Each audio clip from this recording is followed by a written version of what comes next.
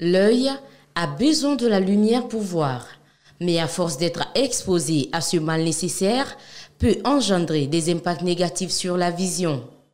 C'est le cas de ceux qui passent des heures devant des écrans TV, ordinateurs ou même de téléphone. Le soleil est aussi concerné, quoique vital.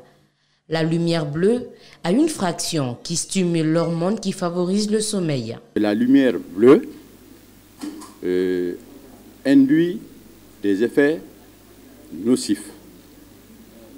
C'est un des facteurs d'une maladie qu'on appelle la dégénérescence maculaire liée à l'âge. La partie bleu-violet de la lumière bleue entraîne donc un abaissement de la vision. Les effets de la lumière bleue sont nuisibles sur la vue des enfants.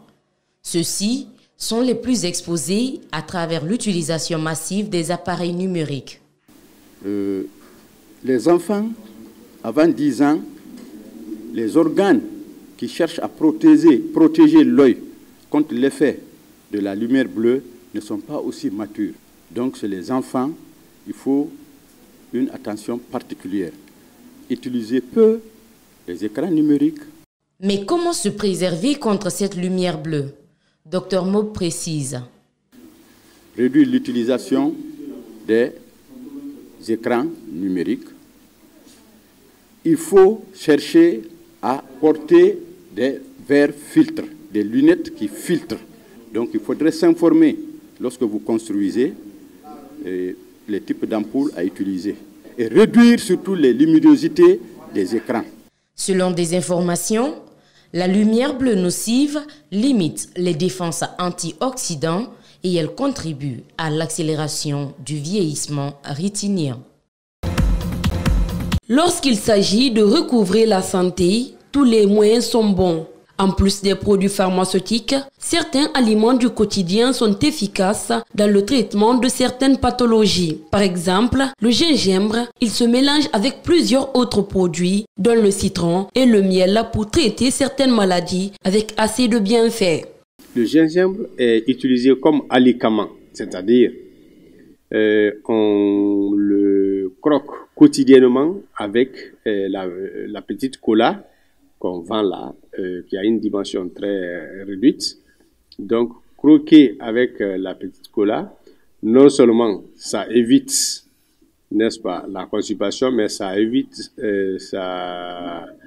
irrite aussi les nerfs. Donc, les hommes prennent comme étant, n'est-ce pas, un médicament pour lutter contre la faiblesse sexuelle. Le gingembre, plus le citron et le miel permettent de retrouver de la vitalité en cas de fatigue qui est bien souvent un frein à une sexualité aboutie. Le mélange aide également les femmes à soulager les règles douloureuses, mais attention, il est très dangereux pour une femme enceinte. Pour les règles douloureuses, effectivement, le gingembre, comme je vous ai dit, non seulement pour la perturbation des règles, pour les règles douloureuses et pour une femme qui ne voit même pas ses règles. Le gingembre est utilisé avec le citron, avec, n'est-ce pas, la racine du popa et le miel. Le tout dans un sipa bien rempli d'eau chaude. Et là, quand vous finissez de remplir le sipa, il faut perforer le couvercle. Le gingembre, le miel et le citron apportent des bienfaits, mais il est important de respecter la méthode d'utilisation et limiter le dosage. Donc le gingembre, ils peuvent le consommer, mais à ne pas consommer sec surtout. Il y en a qui le font, mais moi j'ai dit ne pas le consommer sec.